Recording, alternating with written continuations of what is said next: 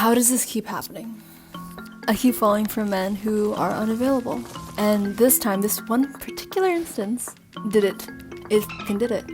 I should have just shaved my head and become a nun. I don't even know, I'm so fucking tired. I've been a lover girl ever since I experienced what it was like to crush, and I think that that's the reason why they even call it that, because of the way that it just condenses and compresses your mind into this state of tunnel vision of only seeing one person and wanting to be with them and only them, and it crushes you. It fucking crushes you. You know what truly did me up though? I think it was the first time I ever experienced true partnership. Me and this ex in particular were COVID lovers, and it was the most healthiest dynamic I've ever experienced, besides the fact that after 1 month of knowing each other, he told me he loved me and that he wanted to move in. And I said yes, because the rent was really cheap. It felt so easy playing house. But when it ended, it felt like parts of me split open. The parts of me that I thought I had spackled together with our love. I really felt like a lost puppy, hoping someone would take me home. And then I just kept trying to recreate that feeling with other people. I chased men, I threw myself at new connections, I downloaded the dating apps, and I was just desperately hoping and wishing and wanting. Really, all I wanted was just to be chosen. But it never seemed to work out. So back in March, nearly a month ago, after my fourth lover in a row and I ended our romantic connection, I was at another festival in Costa Rica when I met another man that I was super attracted to. And he tossed me breadcrumbs, and I ate them like the little pigeon I was. I told him, I feel like guys like you love when people are in love with them. So they tend to lead people on. Are you leading me on? He looked at me dead in my face and he said, no. We've had a lot of deep chats, me and this guy.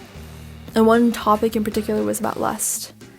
And he told me that he doesn't even live for it anymore, how he could look at someone, admire their appearance, but not really do anything to pursue it. And I was so attracted to that. Like, that's a man. That's a real man. So that, with the way that he treated me, I found myself leaning in, trusting his words and his compliments and making meaning of it all. And then a couple days later, I saw him with another girl. And something in me just snapped. I was so angry, not at her, at him. So I confronted him. And underneath all that anger was this younger version of me that still felt unlovable. My dad used to hold me and call me sweetheart all the time when I was a little girl. But as I've gotten older, it just stopped. Not loudly enough for me to actually notice, but my body did. So the first time a boy ever paid attention to me, it felt like water after months in the desert. But instead of water, it was honey. It was sweet and sugary and addictive, but I was still thirsty. So in this situation, I played myself. I felt his interest taper off. It just didn't feel right. But I held on to his words because I just wanted it to be real. I was still butthurt from the last guy. Lust doesn't just live in sex.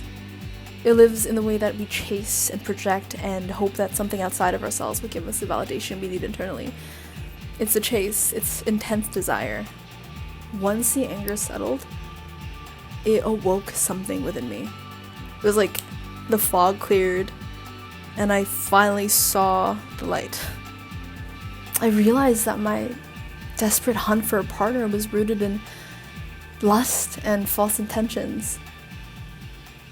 And I asked myself, how can I truly say that I love myself if I'm so willing and desperate to lose myself in a partner? So I decided right then and there that I would be quitting the chase. I've committed to a full year of inward focus. No hookups, no dating apps, just me and platonic relationships.